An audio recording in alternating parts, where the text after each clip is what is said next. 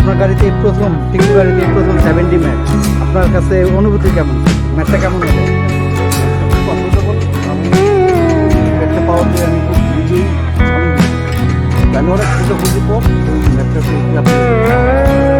আমরা পেয়েছি। ধন্যবাদ।